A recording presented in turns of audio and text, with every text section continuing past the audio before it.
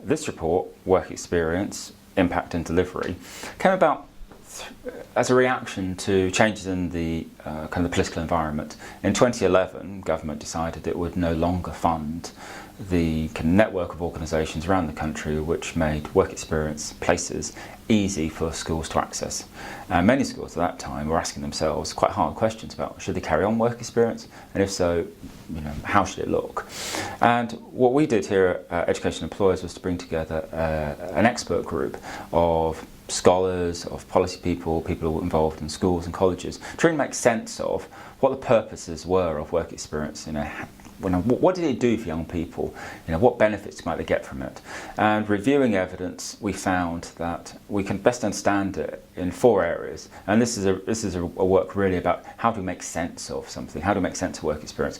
And firstly, there's a very strong body of literature and evidence which suggests that work experience is very effective in helping young people to clarify their career ambitions, their career aspirations. And this is important because for many young people, it's one of the few opportunities they get to experience the workplace. Young people have less and less opportunity to gain part-time work, for example.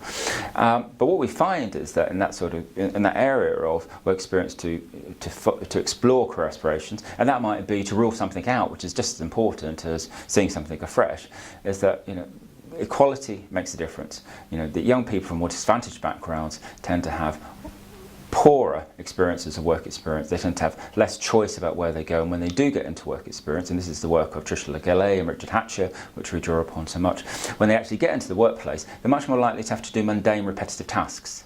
And so, it's something for us to think about. Why do we do work experience? Well, if we're going to do it to help them expand their career aspirations, we should try and make sure that we source work experience which allows them to do that. Secondly, there is a really interesting body of work which explores the way that work experience makes a difference in getting into university. UCAS asks for details of whether British students, English students have done work experience, and it allows students to demonstrate an understanding of careers related to course of studies. And the thinking is that for university admissions officers, they're able to distinguish between young people who've really thought about courses of study and will stay the course.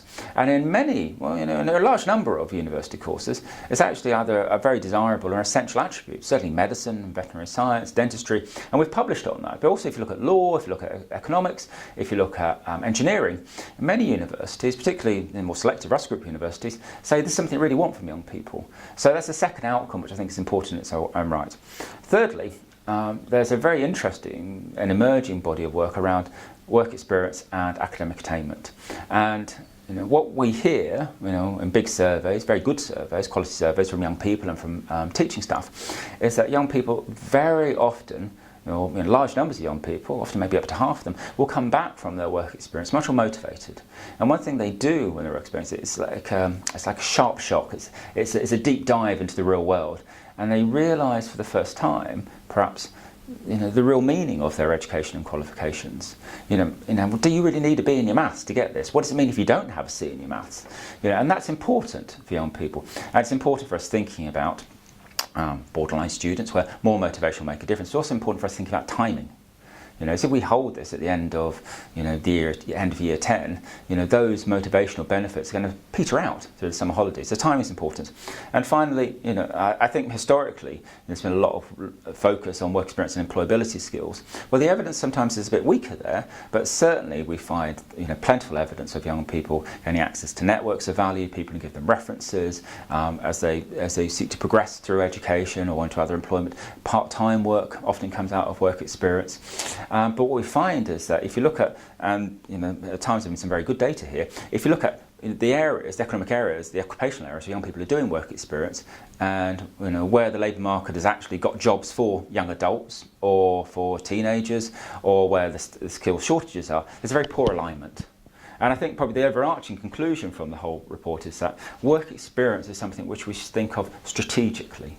We should think of something which is of value to young people and helping them to move their way through an education into the world of work, and that the greater time and attention which is given to a strategic thinking about what they want out of it and what type of work experience in what area can best suit them, the better.